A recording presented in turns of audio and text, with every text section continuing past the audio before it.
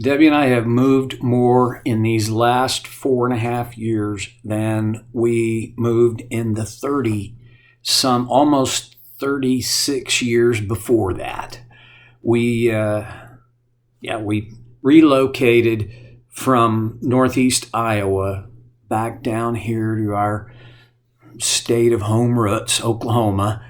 And it was, well, we had to downsize a good bit to get everything in the truck, for crying out loud. And as we were packing for that, I just realized I got way more clothes than I need. And I don't consider myself this, fashionista clothing addict. But I purged my closet and gave away to the Salvation Army down here in Edmond really a little more than half of what was in my closet. And that I feel guilty even talking about it. Clothes, come on. Well, you got to have clothes. That's just the way it is. There is this idea of there's a point at which enough is enough. And I think I've reached the point for clothing. Peter writes about clothes, and he writes about it in a profound way. We glanced at it last time. I want to look back at it a little more closely today. This is in 1 Peter 5. It's in verse 5. In the same way, you who are younger, submit yourselves to your elders. And we talked about that. All of you clothe yourself with humility toward one another. Clothe yourself with humility toward one another. A couple of quick things. When you meet someone, you would immediately notice if they weren't clothed. You don't so much notice every detail about their clothing, but you notice they're clothed. And Peter indicates that we need to be clothed with what should be this is the thing that we present ourselves with, is humility.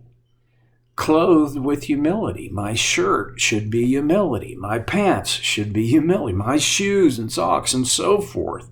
It should be humility.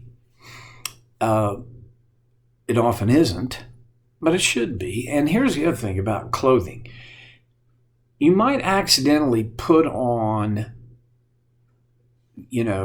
two different colored socks, or a shirt that doesn't go with your pants, or there's some accidental things that can happen with clothing, but I don't think anybody's going to look down at themselves and go, "Oh, I got clothes on. How'd that happen?" See, you clothe yourselves intentionally. We put clothes on because we intended to put clothes on. And the implication here is clothe yourself. Intentionally put on the covering of humility. Now, this is not just an artificial veneer, but it is truly, we are clothed. We have intentionally put humility on as our garments. Clothe yourselves with humility. Not everybody has done that. And there are some, I have to put myself in this category, who feel they have when they really probably haven't. And it's very difficult to see this for yourself. So this is an issue, an idea that outside input can be really helpful for. I'm trying to, my good friend Joe Hardenbrook gave me a great phrase for counseling that also is a great phrase for honest self-reflection. He said, the question is, what's it like to be on the other side of you? Well, I'd love to be able to say, it's fantastic. everybody on the other side of me is happy to be there because I'm the greatest. That's not true. I'm not the greatest. And honestly, there are times when being on the other side of me is a chore. There are other times when it's like showing up to get smacked. I'm not this wonderful, perfect guy. And ask anybody who knows me, they can tell you. The people who know me best are my own family and a very small circle of very close friends. And they'll tell you there are times when being on the other side of me is no fun. Well, those are the kinds of people that it would be worthwhile to ask, to what extent have I clothed myself with humility? You know,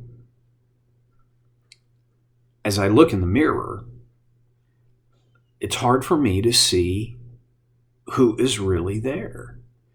And so I need the help of other people. Well, that's part of the application for today's talk is, how can you evaluate the degree to which, the extent to which you have clothed yourself with humility?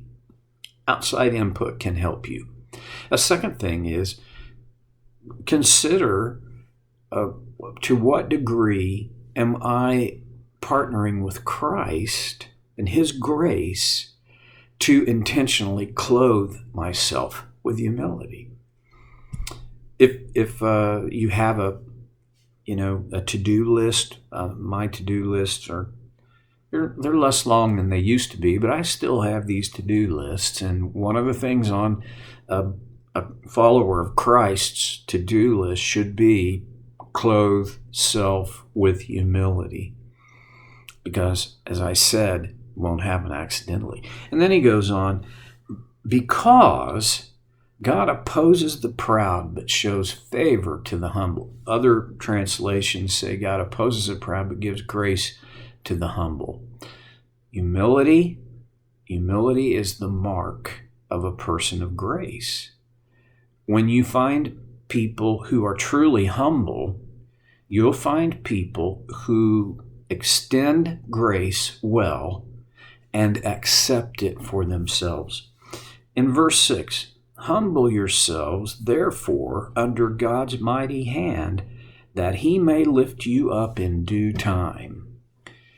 One of the important things about God's mighty hand is that we can submit to His mighty hand, His mighty loving hand, and find mercy and grace out of humbly accepting His authority in our lives.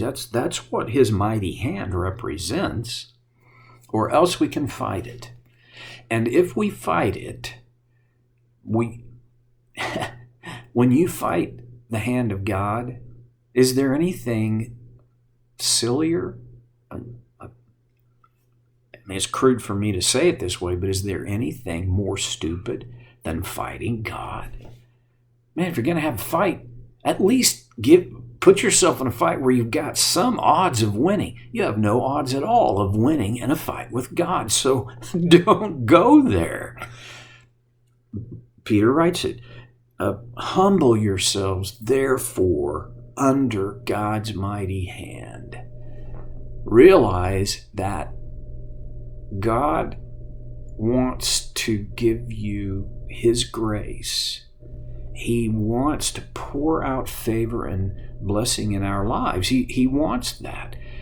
But the key to that is our humbling ourselves. So, if I fight that mighty hand of God, He will humble me. And the odds favor that it will be through the agency of humiliation. Sometimes He causes that to happen. It's happened in my life. I bet it's happened in yours.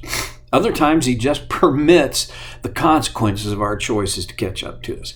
And in that humiliation, we can either humble ourselves, submit ourselves to his mighty hand, or we can resent the fact that once again, God has not done what he was supposed to do. And what he was supposed to do was make me happy. Well, when we humble ourselves under God's mighty hand, it gives him this room to lift us up in due time.